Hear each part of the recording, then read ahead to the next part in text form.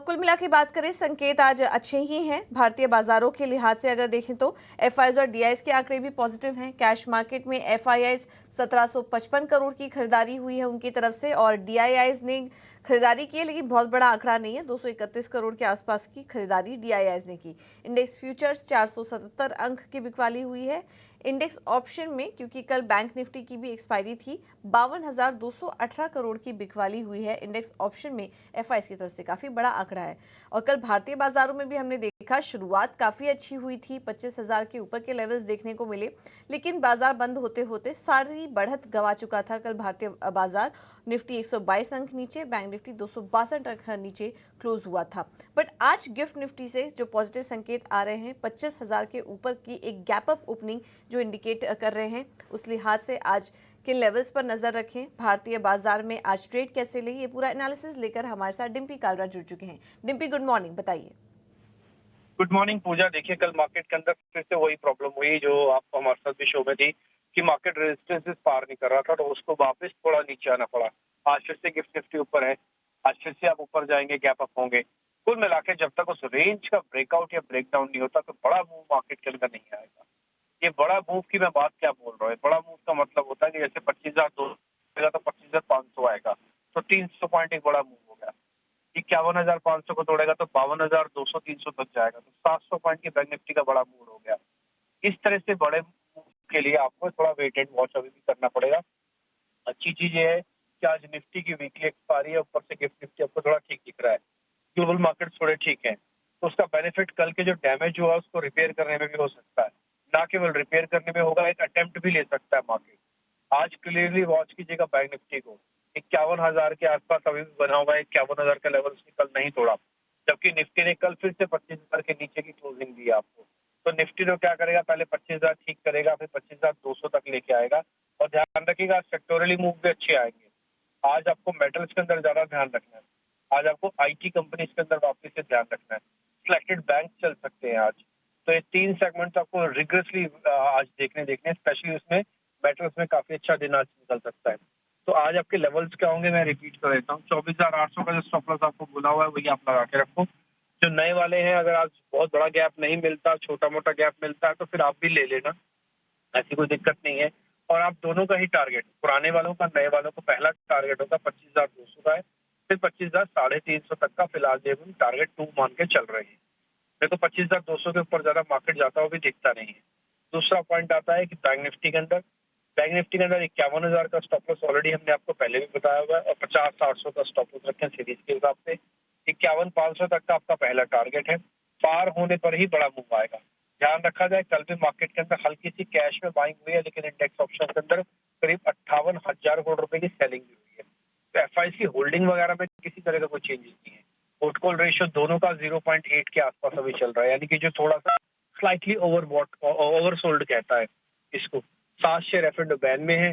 Options traders को आज बड़ा गैप मिलने पर ऑप्शंस का एक्सरसाइज नहीं करनी चाहिए, छोटा मोटा उसी के अंदर ही जब टिप मिलेगा तब करना आप, है ना, क्योंकि गैप अप होने पर क्या होगा, ऑप्शंस के प्रीमियम भी आपको आर्टिफिशियली मिलके प्राइस होते हुए मिलेंगे।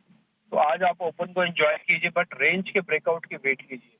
इसी रेंज में मैंने आपको कल भी बताया था, पूजा आज फिर से रिपीट कर देता हूँ, ट्रेडर्स को काफी मजा आ रहा है इस रेंज के अंदर, 24,800 से 25,200 वाली रेंज के अंदर। जब तक इसके अंदर बने रहेंगे, ट्रेडर्स भी नहीं चाहते रेंज का ब्रेकआउट या ब्रेकडाउन हो, तो थोड़ा आप सतर्क रह के काम कीजिएगा। वैसे कोई प्रॉब्लम नहीं है मार्केट की।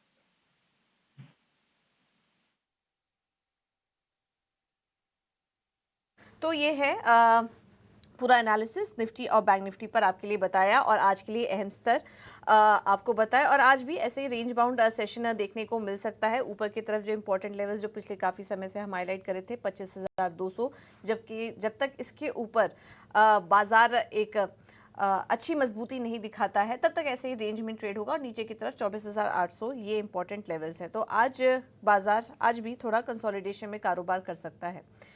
चलिए अब आगे बढ़ते हैं और एक बाजार पर एक और रणनीति समझ लेते हैं। हमारे साथ यस सिक्योरिटीज से लक्ष्मीकांत शुक्ला जी मौजूद हैं। Laxmikant ji, thank you so much ET Now Swadesh को समय देने के लिए। बताइए आपका क्या नजरिया बन रहा है निफ्टी और बैंक निफ्टी पर, और किन शेयरों में ट्रेड करें? सुप्रभात पूजा जी।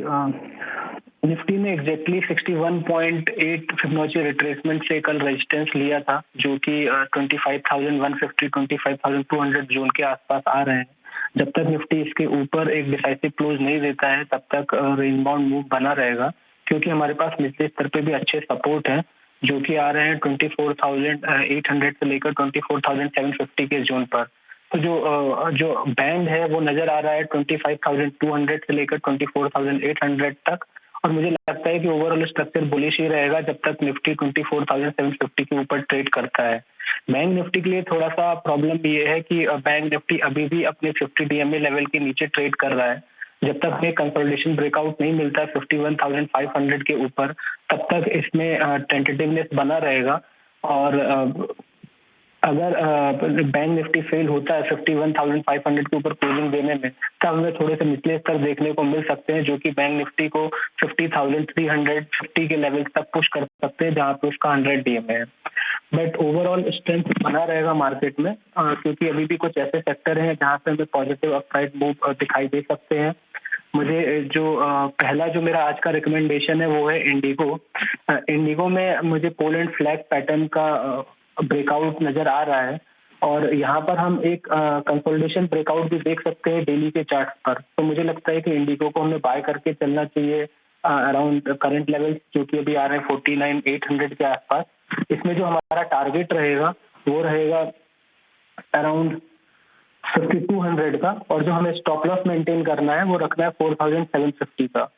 दूसरा जो मेरा रिकमेंडेशन रहेगा वो टाइटन का है। टाइटन ने भी एक डबल बॉटम का ब्रेकआउट दिया था, उसके बाद उसके जो प्राइसेस हैं उसके नेकलाइन के ऊपर ही मेंटेन कर रहे हैं।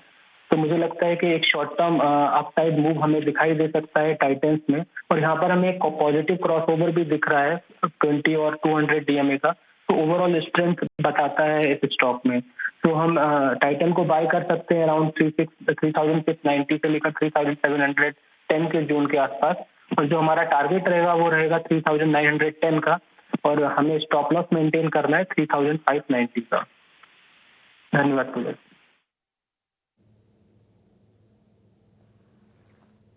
बिल्कुल लक्ष्मीकांत जी, बहुत बहुत धन्यवाद आपका आज अपना कीमती समय हमें देने के लिए और ये रणनीति भी सुझाने के लिए। तो इंडिगो में तेजी करके चलिए आप 5,200 के लक्ष्य के लिए, और टाइटन भी अच्छा लग रहा है 3,910 के लिए आप खरीदारी करके चल सकते हैं। छोटा आगे बढ़ेंगे और ब्रोकरेज रिपोर्ट भी एक बार देख लेते हैं। हमारे साथ वरुण जुड़ चुके हैं पूरा अपडेट लेकर। वरुण, गुड मॉर्निंग, बताइए।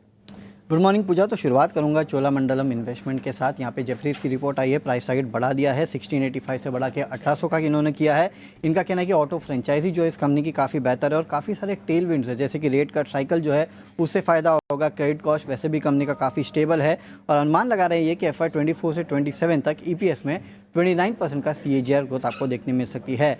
महानगर गैस जेफरीज ने प्राइस टारगेट बढ़ा दिया है, 1990 से बढ़ा के 2120 का किया है। वॉल्यूम ग्रोथ इनको अच्छी लगती है और ओवरऑल ग्रोथ प्लान अच्छे हैं। और जो APM गैस गिर रही है उसका थोड़ा गैस एलोकेशन जो है वो जो कम हुआ है वो यहाँ पे अब स्टेबल होता हुआ नज़र आ सकता है, और इस पूरे सेक्टर में प्रीफर्ड पिक है। टाटा स्टील पे मॉर्गन स्टैनली अंडरवेट का कॉल दे रहा है, प्राइस टारगेट 135 का दे रहा है। इनका कहना है कि जो यूके के बिजनेस का ओवरऑल रिस्ट्रक्चरिंग का अपडेट आया है वो काफ़ी पॉजिटिव डेवलपमेंट है, और कोई एडिशनल कॉस्ट जो है वो इस कंपनी को नहीं देना पड़ेगा, ये एक अच्छी बात है। जोमेटो UBS की रिपोर्ट है, खरीदारी की सलाह 320 का प्राइस टारगेट। इनका कहना है कि इंडस्ट्री वॉल्यूम अगर आप देखेंगे तो मंथ ऑन मंथ अगस्त में 2.5% के आसपास की बढ़ोतरी वहाँ देखने मिली है। अनुमान लगा रहे हैं कि जो GMV है Q2 में करीब 7% के आसपास जोमेटो का बढ़ सकता है। और OMCs पे इन्वेस्टेक ने अपनी रिपोर्ट निकाली है, प्राइस टारगेट बढ़ाया है, हालांकि सारे के सारे price target current market price के नीचे हैं। IOC सेल का कॉल 110 से बढ़ा के 120, BPCL सेल का कॉल 230 से बढ़ा के 250, HPCL होल्ड का कॉल 360 से बढ़ा के 400 का किया है। इनका कहना है कि जो मार्केटिंग मार्जिन है, क्योंकि कच्चे तेल के दाम घट रहे हैं तो इनके बढ़ सकते हैं, हालांकि एक ओवरहैंग है, महाराष्ट्र स्टेट इलेक्शंस है, तो हो सकता है यहाँ पे पेट्रोल डीजल के प्राइसेस जो है उसमें थोड़ी बहुत उतार चढ़ाव देखने मिला, तो वो एक रिस्क इनको लगती है ओवरऑल कंपनी के कारोबार और अर्निंग्स को लेके। लेकिन हाँ, कच्चे तेल गिर रहा है तो जाहिर सी बात है थोड़ा इन्होंने प्राइस टारगेट बढ़ा दिया है।